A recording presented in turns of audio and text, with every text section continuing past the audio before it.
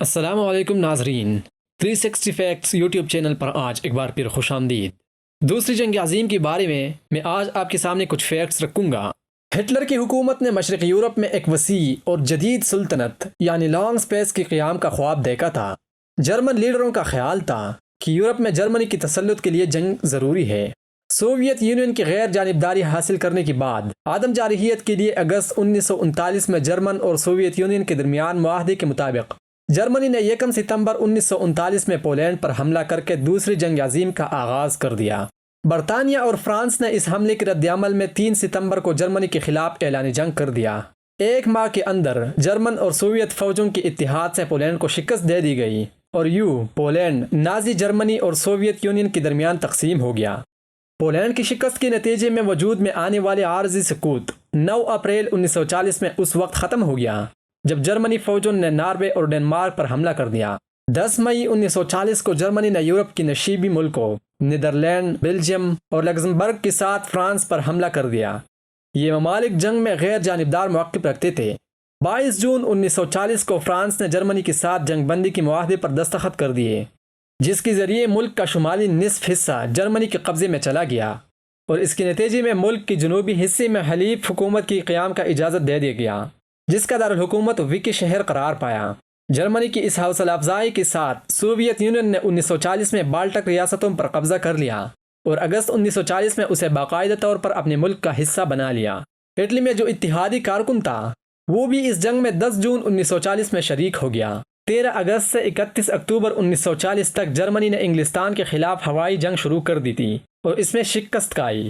اس جنگ کو battle of برٹن یعنی برطانیہ کی لڑائی کہا جاتا ہے۔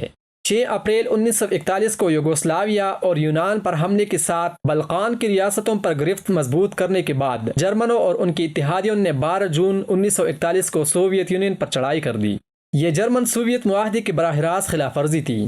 جون اور جولائی 1941 میں جرمنی نے بلقان کی ریاستوں پر بھی قبضہ کر لیا۔ اس موقع پر سوویت لیڈر جوزف اسٹالین جنگ کے زمانے میں نازی جرمنی اور اس کے اتحادی ممالک کے خلاف اہم اتحادی لیڈر بن گئے۔ 1941 کی موسم گرما اور خزاں کے دوران جرمنی فوجی سوویت یونین کے اندر دور تک پہنچ گئے، مگر زور پکڑتی ہوئی ریڈ آرمی کی مزاحمت نے انہیں لیننگراڈ اور ماسکو جیسے اہم شہروں پر قبضہ نہ کرنے دیا۔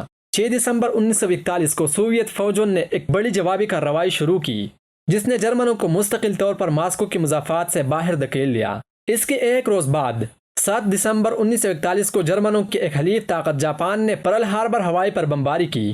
اس کے نتیجے میں امریکہ نے فوری طور پر جاپان کے خلاف اعلان جنگ کر دیا۔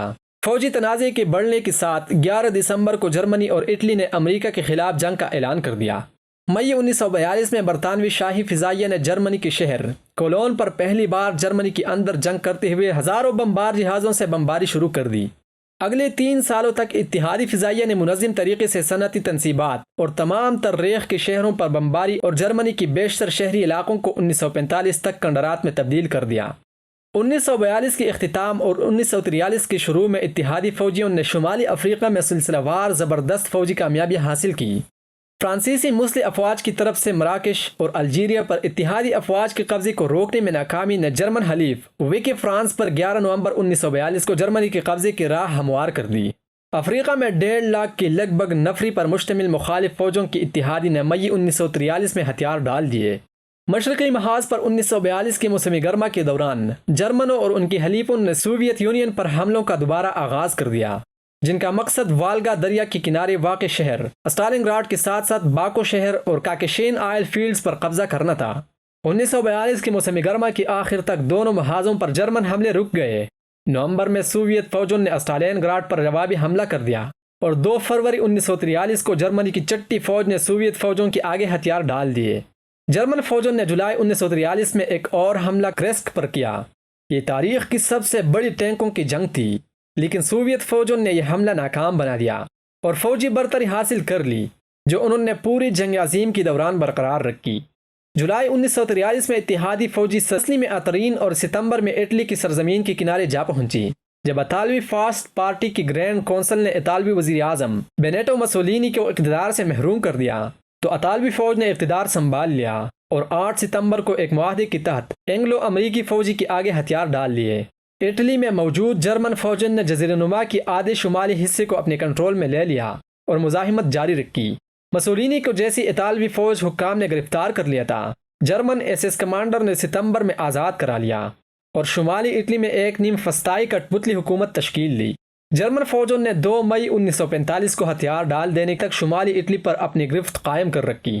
6 جون 1944 کو ایک بڑی فوجی کارروائی کے حصے کے طور پر اتحادی افواج کے 1.5 لاکھ سے زائد فوجی فرانس میں اترے۔ فرانس کو اگست کے آخر میں آزاد کرا لیا گیا تھا۔ 11 ستمبر 1941 کو امریکی فوجیوں کے پہلے دستے جرمنی میں داخل ہوئے۔ امریکی فوجی سوویت فوجیوں کی مشرقی سرحد سے جرمنی میں داخل ہونے کی بعد پہنچے۔ دسمبر کی وسط میں جرمنوں نے بیلجیم اور شمالی فرانس میں ایک ناکام جوابی حملہ کیا، جسے بیلج کی لڑائی سے جانا جاتا ہے۔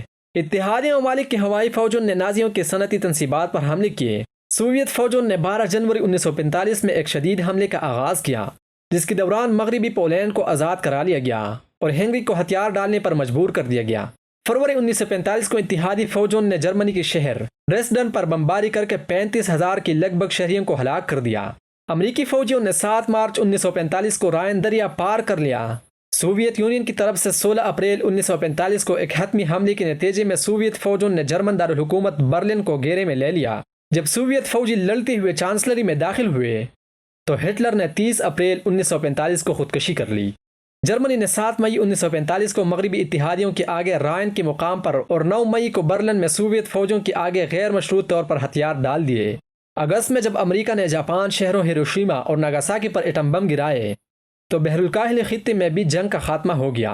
ایٹم بم کی ان حملوں میں 1,20,000 شہری ہلاک ہو گئے۔ جاپان نے 2 ستمبر کو ہتھیار ڈال دیے۔ دوسری جنگ عظیم کے نتیجے میں دنیا بھر میں تقریباً 5.5 کروڑ افراد ہلاک ہوئے۔ یہ تاریخ کی سب سے بڑی اور تباہ کن جنگ تھی۔